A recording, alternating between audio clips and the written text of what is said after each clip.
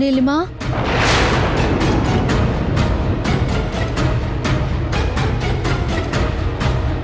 నిజంగా నువ్వు ఈ పెళ్లికి ఇష్టపడి ఒప్పుకున్నావా? అనుమానం నీకెందుకొచ్చింది? దేనికి నువ్వు మనస్ఫూర్తిగా ఒప్పుకొనుంటే కనీసం అబ్బాయి ఫోటో అయినా చూసేదానివి. నువ్వు ఆ పని కూడా చేయలేదు. దాన్ని ఆయన ఇష్టానికే వదిలేశావు. అందుకే అనుమానం వచ్చింది.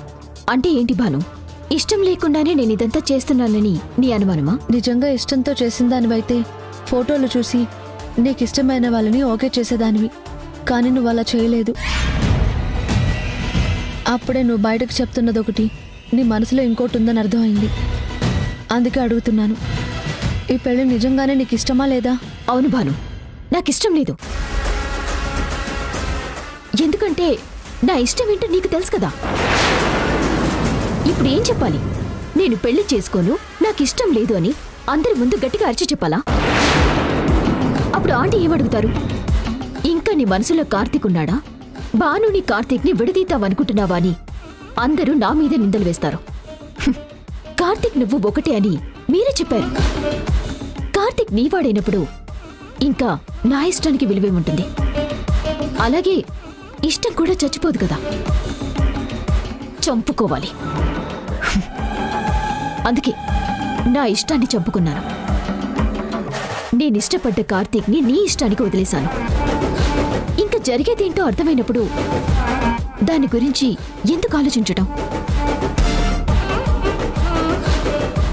అందుకే నిర్ణయాన్ని వాళ్ళని తీసుకోమన్నాను. నాకు మంచి చేయాలని నువ్వు మీ నాన్న కూడా చాలా ఆలోచిస్తున్నారు కదా. ఈ ఇంటి గురించి ఇంతలా ఆలోచించి మీరందరూ ఉండగా నేనెందుకు ఈ విషయంలో ఎక్కువ ఆలోచించాలని నా నిర్ణయం చెప్పాను. ఇందులో నీకు ఎలాంటి అనుమానమూ లేదు. చూడు నీలిమా, ఇది నీ నిర్ణయం అయితే మంచిదే. ఎందుకంటే నువ్వు ఆయన ఇష్టపడ్డావన్న సంగతి నాతో సహా ఇంట్లో అందరికీ తెలిసింది. కానీ అందరి ఇష్టాలు అన్ని వేళలా నెరవేరవు కదా. మనం ఒకటి తెలిస్తే దైవం ఇంకోటి తెలుస్తుంది. ఈ జన్మకి మా ఇద్దరికీ రాసిపెట్టింది. అందుకే మేమిద్దరం ఒకటయ్యాం. నీ ఇష్టాన్ని తప్పుబట్టట్లేదు, కానీ ఇప్పటికైనా నీ మనసు మార్చుకున్నందుకు నేను చాలా ఆనందపడుతున్నాను. అదేంటి భాను, మీ నాన్నగారే కూతురికి సంబంధం చూసినట్టు నా కోసం సంబంధాలు చూస్తున్నారు. ఆ తండ్రికి సపోర్ట్ చేసే కూతురివి నువ్వున్నావు. ఈ పెళ్లికి పెద్దవుతున్నావు. మీరందరూ ఉండగా నేనెందుకు ఆలోచించాలి అని నా నిర్ణయం అలా చెప్పాను. అంతకు మించి ఇంకేం లేదు. నాకు పెళ్లి చేయాలనుకుంటున్నారు కదా, చేయండి.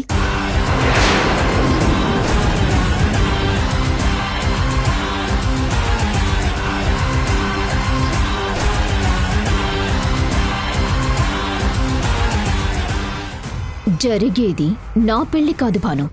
రేపు నువ్వు చేసే హోమం బయటికి తెలిసిపోతుంది. మీ అన్నా చెల్లెల బంధం అందరి ముందు నేను తెలియజేయబోతున్నాను. అక్కడ హోమాగ్ని ఎంతలా రాజుకుంటుందో ఇక్కడ ఈ ఇంట్లో చిచ్చు కూడా అంతలా రాజుకుంటుంది. ఆ మంటల్లో మీరు సమితలవుతారు. నా పెళ్లి ప్రస్తావన కూడా బూడిదైపోతుంది.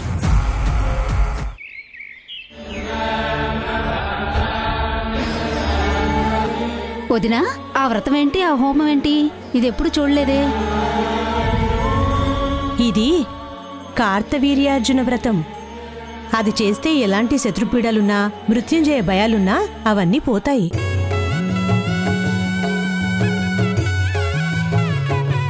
ఆ అమ్మాయి ఆ వ్రతమే చేస్తుంది.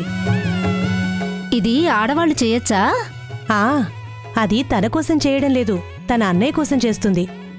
అదిగో అక్కడ కూర్చుని ఉన్నాడు కదా, ఆ అబ్బాయి కోసం చేస్తుంది. తనకేదో దోషాలున్నాయి, అందుకని ఆ చెల్లెలు భయపడింది.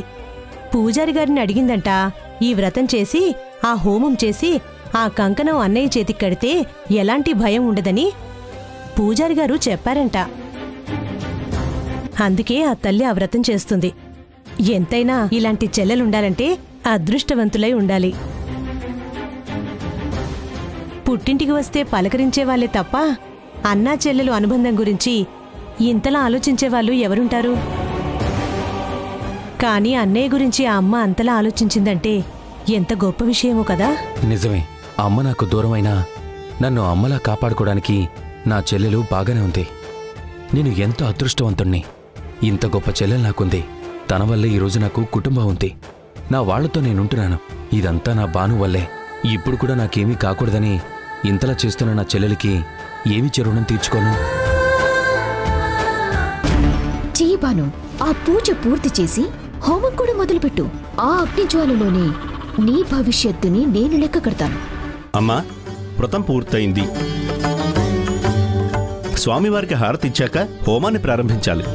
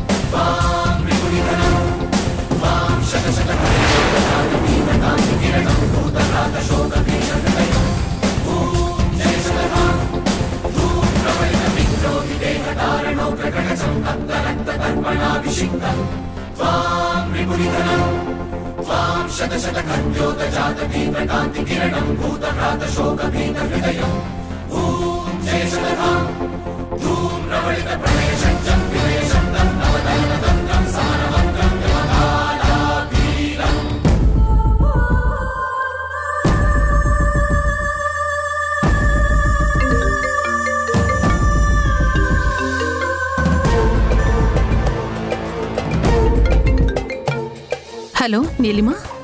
ఆంటీ, నేను మీతో మాట్లాడాలి. గుడికొస్తారా? అయినా నువ్వు ఇంట్లోనే కదా ఉండాలి. గుడికెప్పుడెళ్ళా? ఇప్పుడే వచ్చానండి. నాకు మంచి భవిష్యత్ ఇవ్వాలని మీరు అనుకుంటున్నారు కదా, అందుకే ఆ విషయం గురించి నేను నిర్ణయం తీసుకున్నాను. అది ఇంట్లో చెప్పేది కాదు, ఆ దేవుడి సమక్షంలో దేవుడి సాక్షిగా చెప్పేది. అందుకే మీరు ఇక్కడికి వస్తే గుడి దగ్గరే చెప్తాను. ఆ దేవుడి సన్నిధిలోనే నేను మీతో మాట్లాడాలి. దయచేసి రండి ఆంటీ. ఆహా, అది కాదు నీలిమా. మీరు గుడికి రండి ఆంటీ, ప్లీజ్. అడ్రస్ ఎక్కడ అంటే? నీలిమా, నేను చెప్పేది విను.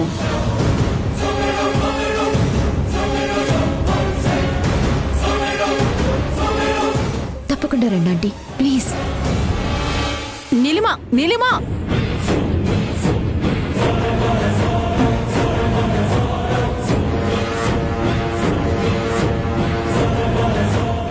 నన్ను గుడికి రమ్మంటుందేంటి? ఏంటమ్మా, మీటింగేనా? లేదు కార్తీక్, నీలిమ అర్జెంటుగా గుడికి రమ్మంది. నాతో ఏదో మాట్లాడాల్సింది ఉందట. నేను మీటింగ్కి వెళ్ళాలి అని చెప్పేలోపే ఫోన్ కట్ చేసింది. అది తన భవిష్యత్తు గురించి అయ్యుంటుంది. ఇప్పుడేం చేయాలో నాకు అర్థం కావడం లేదు. ఏమైందమ్మా? తన పెళ్లి గురించి అయ్యుంటుంది. నీతో మాట్లాడినా నాతో మాట్లాడినా ఒకటే కదా. తనకి సంబంధించి మనం పెళ్లి సంబంధం చూస్తున్నాం కదా. నేను మాట్లాడతానులే, నువ్వు మీటింగ్కి వెళ్ళు. నేను గుడి దగ్గర తనతో మాట్లాడతాను. సరే.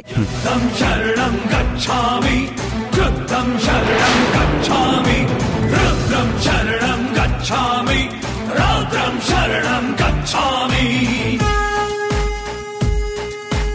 ఓ మహా, ఓ మహా, రహస్యం అవశ్యం.